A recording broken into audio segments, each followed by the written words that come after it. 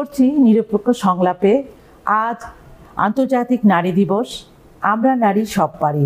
এই আলোচনায় আমার ডান পাশে আছেন অধ্যক্ষ রফিকা আফরোজ এবং বাঁ পাশে আছেন কথা সাহিত্যিক নাসরিন ইসলাম শেলী। দর্শক, আপনাদেরকে নিয়ে আজ আমরা এই আলোচনায় অংশগ্রহণ করব। কথা হবে, আড্ডা হবে, থাকবেন আপনারা আমার সাথে এবং দেখবেন এই নিরপেক্ষ সংলাপের আমরা নারী সব পারি আন্তর্জাতিক নারী দিবসে।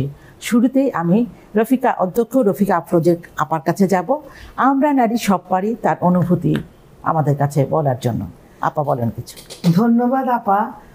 আজকের এই নিরপেক্ষ সংলাপ পরিবারকে সবার আগে আমি ধন্যবাদ জানাচ্ছি এবং আমি আজকে আমার সামনে যারা আছে দর্শক, পাঠক, শ্রোতা এবং সর্বত্র সমগ্র দেশব্যাপী যারা আছেন সকল নারী সমাজকে জানাচ্ছি এই আন্তর্জাতিক নারী দিবসে আমার পক্ষ থেকে আমাদের এই সফলতার কথা বলার জন্য ধন্যবাদ সবাইকে জানাচ্ছি। প্রথমেই বলবো, আমরা নারীরা আজ অনেক সফল। কেন সফল? কারণ আমরা পেশাগত, শিক্ষাগত, পারিবারিক, সামাজিক, রাজনৈতিক, রাষ্ট্রীয় এবং এমনকি আমরা নারীরা হিমালয় পর্বতেও উঠেছি। তো সেক্ষেত্রে নারীর সফলতা কিন্তু হিমালয়ের পর্বত সমান। যে নারী হিমালয়ের পর্বত সমান পর্বতে উঠে নারীর সফলতাকে ধরে রেখেছেন, নারীকে করেছেন উচ্চমান হিমালয়ের মতো, সে নারীর সফলতা আজকে সমগ্র বিশ্বব্যাপী। তাই আমি আন্তর্জাতিক নারী দিবসে নারীদের এই বিশ্বব্যাপী পদচারণাকে আমি মনে করি আজ নারীরা সবই পারি এ সত্যই প্রমাণিত। এবং সেই প্রমাণের সাপেক্ষে আমি একথাই বলবো, আমরা নারীরা শিক্ষক হিসাবে আসেন, সেখানে আমরা কিন্তু বেশিরভাগ ক্ষেত্রেই আপনি দেখেন নারী শিক্ষকের সংখ্যা বেশি। আজকে আপনি আপা বোধহয় ব্যাংকার, আজকে আপনি ব্যাংকগুলোতে দেখেন নারীরা কিন্তু ব্যাংকার বেশি। আপনি প্রাইভেট বলেন, সরকারি বলেন, বেসরকারি বলেন, এবং তাদের কর্মদক্ষতা এত বেশি, সেখানেও কিন্তু পুরুষের চেয়ে আমি বলবো না যে পুরুষরা পিছিয়ে, নারীরাও কিন্তু তাদের সাথে সমমানে চলছে। নারীরা আজকে বৈমানিক, বিমান চালায়, নারীরা এখন সচিব, সিনিয়র সচিব আছেন। আসেন আপনি রাজনৈতিক ক্ষেত্রে, নারীরা আছে প্রধানমন্ত্রী, নারীরা আছে রাষ্ট্রের ক্ষেত্রে কর্ণধারক, নারীরা আছে আপনার স্পিকার, নারীরা আছে শিক্ষামন্ত্রী, নারীরা আছে আপনার কৃষি মন্ত্রী, নারীরা আছে আজকে পার্লামেন্টের মেম্বার, নারীরা আছে আজকে আমাদের সর্বত্র। আজকে আমাদের বাসায় যদি দেখি, আমাদের যে ডোমেস্টিক এইড বলে যাকে আমরা বলি, যে আমাদেরকে সহায়তা করে, সেই নারীটিও কিন্তু আজকে অনেক বেশি পারদর্শী তার সেই রন্ধন প্রক্রিয়ায়। আজকে সে রান্নায় এত বেশি পারদর্শী, সে আমাদেরকে রান্না করে দেয়, আমরা বাইরে কাজ করি, গিয়ে দেখি সে একটা সুন্দর করে রান্না করে আমাদের খাওয়াচ্ছে। ধন্যবাদ। আপনার কথা শুনে পরিবার থেকে এই যে বিভিন্ন শ্রেণীর নারীর সফলতা, তাতেই প্রমাণিত হয় নারীরা আমরা নারী সব পারি। শুধু এটাই না, আমি আবার আমাদের কথা সাহিত্যিক নাসরিন আপার কাছে জানতে চাবো, আমরা নারী সব পারি এর মধ্যে দেখেন অনলাইন ভিত্তিক এখন যেই একজন হাউসওয়াইফ নারীও ঘরের মধ্যে সে অনলাইন ব্যবসা করছে, তার রন্ধন শিল্পটাকে সবার কাছে তুলে ধরছে এবং সেক্ষেত্রে সে অর্থায়ন করছে। আসলে আমরা নারী সব পারি এই ক্ষেত্রে আমি কথা সাহিত্যিক নাসরিন ইসলামকে বলবো কিছু বলার জন্য। শেলী, আপনি কিছু বলেন, আপার পরের গুলি আপনার কাছ থেকে। ধন্যবাদ আপা। সবচেয়ে আশ্চর্যের যে বিষয়, যে শুধু ঘরেই সে সীমাবদ্ধ নয়, ঘরের কাজগুলো তো সে করছে, পাশাপাশি সে চাকরি যে লেভেলে যে স্তরে সে কাজ করছে, সেখানেও কিন্তু সে সফলতার সহিত কাজ করছে। নির্মল পৃথিবী সৃজনে সাধারণত দুটো শ্রেণী কাজ করে থাকে, এক হলো সাংবাদিক আর এক হলো কবি লেখকরা। সেখানেও কিন্তু নারীর অবদান অবশ্যই। কাজে আমি বলবো, যদি মানুষের সব ইচ্ছা থাকে, চেষ্টা থাকে, সে যে কোনো লেভেলে হোক, যে কোনো পর্যায়ে হোক, সে সফলতা অর্জন করতে পারবে। অবশ্যই। কাজে আগে আমাকে সৎ হতে হবে, আমার উদ্দেশ্যটা সৎ হতে হবে। আমি নারী কি পুরুষ, স্থান কাল পাত্র ভেদে আমাকে তার সাথে মিলিয়ে এগিয়ে যেতে হবে। এখন যে যে কাজে যারা আমাদের কাজ করে, পরিচালক বা এই ঘরের কাজ করে, হাউস ওয়াইফ বলেন বা কাজের বুয়াই বলেন, সেও কিন্তু তার স্বপ্ন দেখে তার সন্তানকে সে যেভাবেই হোক একটা পরিচালনা করে লেখাপড়া শিখিয়ে একটা ভালো মানে সমাজে প্রতিষ্ঠিত করার জন্য। আজকাল দেখেন কাজের পর ছেলেরা দেখেন প্রশাসনে যাচ্ছে, ক্যাডারের দিকে যাচ্ছে, মানে কেউ মানে কোনো নারী কোনোভাবে পিছিয়ে নেই। সবাই চাচ্ছে যে আমাকে একটা সম্মানজনক অবস্থানে পৌঁছাতে হবে। সেই ক্ষেত্রে আমরা বলি যে আমরা নারী সব পারি, এটা গ্রাম মানে ঘর থেকেই শুরু হয়। তবে এই ক্ষেত্রে কিন্তু বাধাও আছে। দর্শক, আপনারা জানেন একটা নারীকে যখন সমস্ত প্রতিকূল অবস্থা থেকে প্রতিরোধ করে সামনে এগিয়ে যেতে হলে তার অনেক বাধা আসে। সেই বাধার ক্ষেত্রে আমরা আবার এই অধ্যক্ষ আপার কাছে যাব যে আপনার এই বাধা আমাদের কী ধরনের প্রতিবন্ধকতার সৃষ্টি হয় বা বৈষম্যর সৃষ্টি হয় এই নারী উন্নয়নের ক্ষেত্রে, সেই ক্ষেত্রে আপনার কাছ থেকে কিছু জানতে চাবো, যদি কিছু বলেন অল্প করে। ধন্যবাদ আপা। আপনি যে বৈষম্যের কথা বললেন, আজকে নিরপেক্ষ সংলাপে এই বৈষম্যের, নারী বৈষম্যের কথাটাও যে আমি বলতে পারছি, সেজন্য আমি নিরপেক্ষ সংলাপের পরিবারকে ধন্যবাদ জানাচ্ছি। অবশ্যই অবশ্যই। আর সেটা হলো যে আমাদের পরিবার থেকে বৈষম্য শুরু হয়, সেটা রাষ্ট্র পর্যন্ত বিস্তারিত। হ্যাঁ, তো সেই জন্য আমরা পরিবার থেকে যেন বৈষম্যটা কেমন হয় দেখা যায়। আমরা আগে দেখতাম যে আমাদের মায়েরাও আমাদের ভাইদেরকে আমাদের যে খাওয়ার পরিমাণটা একটা অন্যরকম ভাবে দেয়। যেমন ধরেন একটা মুরগির রান্না দিলে একটু মাছের মাথা দিবে যে আমার ছেলেটা খাবে। এটা কিন্তু বৈষম্য না, এটা প্রকৃতিগত ভাবে একটা মায়ের ভালোবাসা, কিন্তু সেখানে একটা আড়ালে একটা বৈষম্যের একটা ইঙ্গিত মাত্র। তো সেই ক্ষেত্রে এই যে বৈষম্যটা, এটা কিন্তু একটা প্রকৃতিগত প্লাস একটা দেখা যায়। এখন দেখা যায় এটা দৃশ্য, তো আসলে এটা বৈষম্য। সেই এই যে পরিবারের এই বৈষম্য, পরিবার থেকে দেখা যায় পরিবারে যখন ছেলে হয় তখন বাবাও খুব খুশি হয় এবং মায়ের খুব খুশি, ফ্যামিলিটাই খুশি হয়ে যায়। আমি যে নারী, তখন আমি ভাবি আল্লাহ আমার ছেলে হলে ভালো হতো। আমি যে নারী, আমি কিন্তু সেখান থেকে সরতে পারি না। হ্যাঁ, তার কাজেই আমার ছেলে হলে তখন আমি খুব খুশি হই। এই যে ছেলে মেয়ে হওয়ার বৈষম্য, যে আমি একটা ছেলে জন্ম দিতে পারলাম না কিন্তু আমি একটা নারী জন্ম দিয়েছি, সেই জন্য কিন্তু আমি বৈষম্যের শিকার। কিন্তু একটা জিনিস খেয়াল করবেন, আমাদের হুজুর পাক সাল্লাল্লাহু আলাইহি সাল্লাম সবসময় বলছেন নারীরা হলো লক্ষ্মী। উনি নারীদের খুব পছন্দ করতেন, মেয়েদেরকে খুব পছন্দ করতেন। মেয়েরা আসলেই লক্ষ্মী। এবং একটা ঘরের মধ্যে যদি পুরুষ থাকে, একটা নারী যদি না থাকে, একটা মেয়ে যদি না থাকে, সেই ঘরে কিন্তু শোভা বর্ধন হয় না।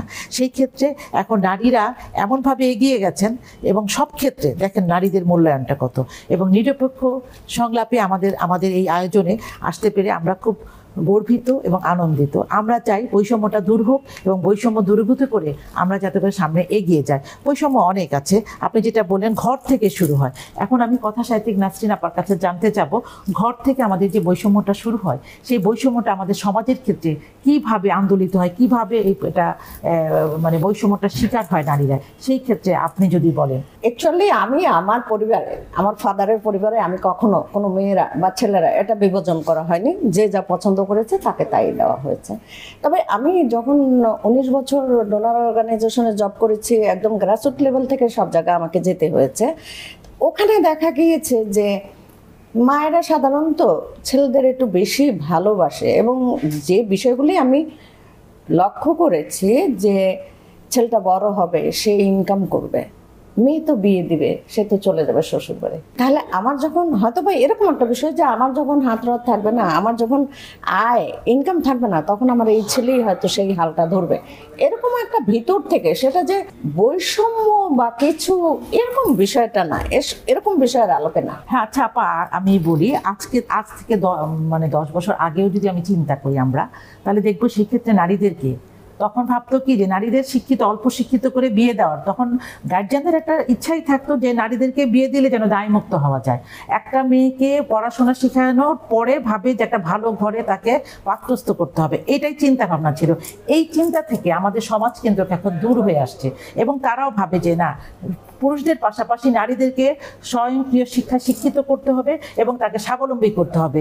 এই ক্ষেত্রে আপনি কি বলবেন এবং সমাজে আপনার দৃশ্যমান কি হতে পারে? আচ্ছা, একটা নারীকে যেভাবে শিক্ষার ক্ষেত্রে, সব ক্ষেত্রে একটা ছেলের পাশাপাশি একটা নারীকেও ওভাবে এগিয়ে যেতে হবে। লেখাপড়ার ক্ষেত্রে তো নারীকে এগিয়ে আসতেই হবে। নতুবা দেখেন, সে যদি কিছু নাও করে চাকরি না করলো, আর্নিং সোর্স তার না থাকলো, এরকম যদি চিন্তা নাও থাকে, তবু তার ছেলে মেয়েকে কিন্তু তাকে পড়াতে হবে, তাকে সেই শিক্ষাটা কিন্তু তাকে দিতে হবে। আমাকে একটি শিক্ষিত মা দাও, আমি তোমাদের একটি শিক্ষিত জাতি উপহার দেবো। হ্যাঁ, কথার গুরুত্ব কিন্তু অনেক। অবশ্যই অবশ্যই একটা শিক্ষিত মা হলেই একটা শিক্ষিত জাতি হতে পারে। মা যদি শিক্ষিত না হয় তাহলে সন্তানকে তো শিক্ষিত দিতে পারবে না। এখানে আপা সদিচ্ছাটা একটা বিষয় আছে। সদিচ্ছা, দেখেন আমার যখন বিয়ে হয়েছে তখন আমি ক্লাস 9-এ পড়ি। তারপর আমার বড় মেয়ে হয়েছে, আমি ইন্টার করেছি, ছেলে হয়েছে, সেটা আমার ক্ষেত্রে প্রযোজ্য। আমার ছোটবেলায় বিয়ে, আমার তারপর ছোট মেয়ে নিয়ে আমি ডিগ্রি করেছি, চাকরি নিয়ে আমি ল করেছি। এটা আসলে আমাদের যুগের এখন মেয়েরা অনেক সচেতন, এই জন্যই আমাদের বিষয়বস্তুটা হলো আমরা নারী সব পারি। আবার নিরপেক্ষ সংলাপের এই আয়োজনে আমরা নারী সব পারি, এতে দেখা যাচ্ছে নারীরা অনেক কোথায় নেই, সব জায়গাতে কিন্তু এগিয়ে আছে। যেই কথাটা আমাদের অধ্যাপিকা আপু বললেন যে আমরা নারীরা কোথায় নেই, সব জায়গাতে আমরা এসেছি। পাইলট থেকে বলেন, প্রশাসন ক্ষেত্রে বলেন, ডাক্তারের ক্ষেত্রে বলেন, কোথায় নেই, আমরা সব জায়গাতে বিচরণ করছি। এবং আমাদের বৈষম্য আছে, বৈষম্যটাকে আমরা দলিত মলিত করে সামনে এগিয়ে যাচ্ছি। এবং আমরা ভবিষ্যতে যাতে করে এই বৈষম্যটা দূর করে কিভাবে সামনে আমাদের ভবিষ্যৎ প্রজন্মে আমরা নারীদেরকে আরও ভালোভাবে এবং শক্ত অবস্থানে আসীন করতে পারি, সেই ক্ষেত্রে আপনার কি স্বপ্ন বা আপনার কি চিন্তা, অধ্যাপিকা রাফিকা আপু আপনি যদি বলেন। জি, আমি আপা আবারও অত্যন্ত ভালো লাগছে এই নিরপেক্ষ সংলাপের যারা পাঠক শ্রোতা আছেন, যারা দর্শক আছেন, তাদের কাছে আমার একটা কথা যে আমি একটুখানি বলবো যে নারী হিসাবে আমরা সব পারি, কিন্তু এই একটু বৈষম্যটা টেনে উন্নয়নের কথায় আসছি। সেটা হলো যে আমি 2003 সালে আমার কুমিল্লা একটা এমপিওভুক্ত স্কুল, সেখানে চেয়ারম্যান হলাম এবং আমার মেধা মননে কোনো কিছু না, সেখানে আমার ফ্যামিলি ওই পুরো সমাজে বলল একটা মহিলা কেন চেয়ারম্যান হবে, এবং আমি 3 মাস থেকে চলে আসলাম, কারণ আমি মহিলা, আমি নারী। এখন কিন্তু সেই জিনিসটা আর নাই। এখন আমাকেই তারা আবার 24 বছর পরে চেয়ারম্যান করার জন্য তারা উদ্গ্রীব এবং নাম দিয়েছে। তো এই যে আমি 24 বছর আগে একটা বৈষম্য শিকার হয়েছিলাম, আজকে 24 বছর পরে কিন্তু সেই বৈষম্য থেকে আমি সরে এসেছি। তার মানে আমার নারীকে স্বীকৃতি দেওয়া হয়েছে। নারীর এই বৈষম্য কিন্তু শুরু হয়েছে অনেক আগে থেকে, কিন্তু এখন কিন্তু এই বৈষম্যটা অনেক বেশি দূরীভূত। আজকে দূরীভূত জন্যই আজকে আমি এখানে, আপনি এখানে, আজকে আপা কবি সাহিত্যিক আপা এখানে, আপনি একজন ব্যাংকার, আপনি একজন ব্যাংকার হতে পেরেছেন, আপনি একজন কবি হতে পেরেছেন, আমি একটা মানুষ গড়ার কারিগর, পুরো সমাজকে আমি তৈরি করি। তো সেক্ষেত্রে আমি বলবো যে এই যে নিরপেক্ষ সংলাপ আজকে তৈরি হলো নারীর জন্য, আজকে উদ্বোধিত হলো নারীর জন্য, তাহলে এই যে নারীর জন্য একটা নিরপেক্ষ সংলাপ হয়ে গেল, এটাকে অনেক বেশি উন্নয়ন না যে আমরা আজকে নারীরা এইভাবে কথা বলতে পেরেছি, যেখানে আমরা ঘরে পারতাম না, আজকে আমরা বাহিরে এসে এভাবে কথা বলতে পেরেছি। তো এটাই তো আমাদের সর্বোচ্চ, আমরা মনে করি যে আমাদের সর্বোচ্চ উন্নয়ন। আজকে আমরা টিভির সামনে আসতে পেরেছি, যেখানে আমরা বাসায় অনেক আগে, অনেক পূর্বে পর্দার আড়াল থেকে কথা বলতাম, আজকে আমরা পর্দার আড়াল উন্মোচিত আমাদের এই নিরপেক্ষ সংলাপে বলতেছি। বেগম রোকেয়ার কথা যদি বলি, আমাদের বেগম রোকেয়া উনি আমাদের নারীদেরকে এই উন্নয়নের জোয়ারে নিয়ে এসেছেন, যার জন্য লেখার আলো, পড়াশোনার ক্ষেত্রে আমাদের ওনার চিন্তা ভাবনা ছিল দেখেই আমরা আজ এই সমাজের মধ্যে শিক্ষিত হতে পেরেছি, সমাজের মধ্যে যার যার আলোয় আলোকিত হতে পেরেছি, এবং আমরা সময় সংলাপে এখানে এসে আপনাদের এই স্টুডিওতে যোগদান করতে পেরেছি। আয়োজকে যারা ছিলেন তাদের এই আয়োজনের কারণে এই নিরপেক্ষ সংলাপের দর্শক মণ্ডলী, আপনারা দেখছেন আমাদের এই অনুষ্ঠান, আমরা সামনে এগিয়ে যাব এবং ভবিষ্যতে নারীরা যাতে আরও উন্নততর এবং দেশে ছাড়া বিদেশেও আসীন হতে পারে, এবং তাদের সম্মানটা এবং তার পোটেনশিয়ালটা, মানে তার শিক্ষাগত যোগ্যতা হোক, তার কৃতিত্বটা হোক, সে যেন তার এগিয়ে নিয়ে যেতে পারে এবং সবাইকে দেখাতে পারে, সেই আহ্বানই করব। এবং আমি আবার নাসরিন আপাকে আবারও আসছি, আপনি ভবিষ্যতে নারীদেরকে কিভাবে দেখতে চান এবং সমাজে, দেশে এবং বিদেশে কিভাবে নারীরা উন্নয়ন হলে এই নিরপেক্ষ সংলাপের মাধ্যমে আপনি আপনার বক্তব্যটা তুলে ধরতে পারেন। সবাইকে বিশ্বকে এই বিষয়টাই জানাতে চাই যে আমাদের আসলে দেশের স্থানকাল পাত্রভেদে আমাদের একটু কৌশলে এগিয়ে যেতে হবে, কোনো ঝগড়া ঝাঁটি বাদ প্রতিবাদে নয়। সেখানে আমি একটা উদাহরণ তুলতেছি, আমার ফ্যামিলিতে কিন্তু কোনো ছেলে বউ মেয়ে কেউ কোনোদিন চাকরি করেনি। আমি যখন ফার্স্টে চাকরিতে চলে যাই 94 সালে, তখন আমার ফ্যামিলি আমার বাধা হয়ে দাঁড়ায়, আমার ভাই, বাবা সমতুল্য ভাই। একটা পর্যায়ে আমি শুধু এটুকুই বলেছি যে ঠিক আছে, ভাই বোন যখন এসে বললো যে তোমার সাথে সমস্ত সম্পর্ক নষ্ট করে দেবে মেজো ভাই, তা বলছি ওকে সমস্যা নেই, কারণ আমি সৎ উদ্দেশ্য ছিল, আমার ইচ্ছা ছিল যে আমি একদিন এমন একটা পর্যায়ে যাব, যে আমি ওদের বলে দিয়েছি আমি একদিন এমন একটা পর্যায়ে যাব যে এই মেজো ভাই আমাকে বলবে যে এই আমার শ্রেষ্ঠ। এবং একটা পর্যায়ে কিন্তু আমি সেখানে গিয়েছি, তার মতো একজন বুদ্ধিমান লোক তার মেয়ের বিয়ে, ছেলে বিয়েতে সবসময় সে আমাকে এগিয়ে নিয়েছে, মানে এই তুই আসলেই তো আমার সবকিছু রেডি হয়ে যাবে, তুই আসলে পারবি, অন্য কেউ পারতেছে না। আসলে নাসরিন আপা, আসলে আপনার সাথে এরকম কথা আমার বলতে এরকম একটা আসলে কথাই আসছে, হ্যাঁ বলেন। সেটা আপা? হলো যে নারী এখন আর বোঝা নয়। আগে কিন্তু সমাজে নারীকে একটা বোঝা ভাবতো, যে না, নারীকে সংসারের মধ্যে লেখাপড়া করে কোনো রকমে পাত্রস্থ করে ফেললে আমি দায়মুক্ত হতে পারবো। এখন তো নারীরা কিন্তু এখন সম্পদ হয়েছে। প্রত্যেকটা সংসারের মধ্যে, আপনার ঘরের মধ্যেই হোক বাইরেই হোক, একটা নারী কিন্তু একটা সম্পদ, একটা হাতিয়ার। আজকাল সমাজে দেখেন আপনি যেখানেই যান না কেন, এখন কোনো ছেলে কিন্তু হাউস ওয়াইফ নেয় না বাসার মধ্যে, তার ওয়াইফকে হাউস ওয়াইফ নিয়ে আসে ঠিকই, সেও কিন্তু সংসারের মধ্যে থেকে দেখা যায় কিছু আর্নিং সোর্স করছে, অনলাইনের ভিত্তিতেই হোক অফলাইনের ভিত্তিতেই হোক, সে তার নিজের সৃষ্টিশীলতা নিয়ে এগিয়ে যাচ্ছে। এই জন্য আসলে নিরপেক্ষ সংলাপের মাধ্যমে এই আলোকায় আমাদের এই মঞ্চে আমরা আসতে পেরে এবং নারীদের সম্পর্কে কিছু কথা বলতে পেরে আপনাদেরকে ধন্যবাদ জানাচ্ছি, যারা আয়োজক এবং আমাদেরকে কষ্ট করে এই স্টুডিওতে আপনারা আমন্ত্রণ জানিয়েছেন, এবং আপনাদের কষ্টের সার্থকতা যাতে হয়। এবং পরবর্তী সময় আজকে আমরা আলোকিত দুইজন নারীকে নিয়ে আসছি আপনাদের মাঝে। একজন হলো অধ্যক্ষ রফিকা আফরোজ, আর কথা সাহিত্যিক নাসরিন ইসলাম শেলী, এবং আমি আছি হাসিনা মমতাজ। আমরাও কিন্তু যার যার ক্ষেত্রে, আমরা কর্মক্ষেত্রে নিজেদের মতো আছি এবং এভাবে করে আলোকিত করে আছি। যে আপা, আপনার সাথে একটু শেয়ার করি। হ্যাঁ, যেমন ধরেন আপা, ওই যে আমরা বললাম আপার যে সদিচ্ছা, আজকে সদিচ্ছার জন্য আপা এখানে। আমি যেমন আপা আন্তর্জাতিক শিক্ষক সংগঠনের আমি সার্ক এবং সাউথ এশিয়া টিচার্স ফেডারেশনের general secretary, deputy general secretary. জি, আপনি যে বললেন যে আন্তর্জাতিক, আমি জাতীয় পর্যায়ে যখন ছিলাম সামান্য একটা সদস্য ছিলাম, এবং আমাকে তখন দিত না, এবং বলতো যে নারীরা আসতে পারবে না, হ্যাঁ নারীরা জাতীয় পারবে না, আন্তর্জাতিক নেতৃত্ব পাবে না, শিক্ষক নেতৃত্ব পাবে না।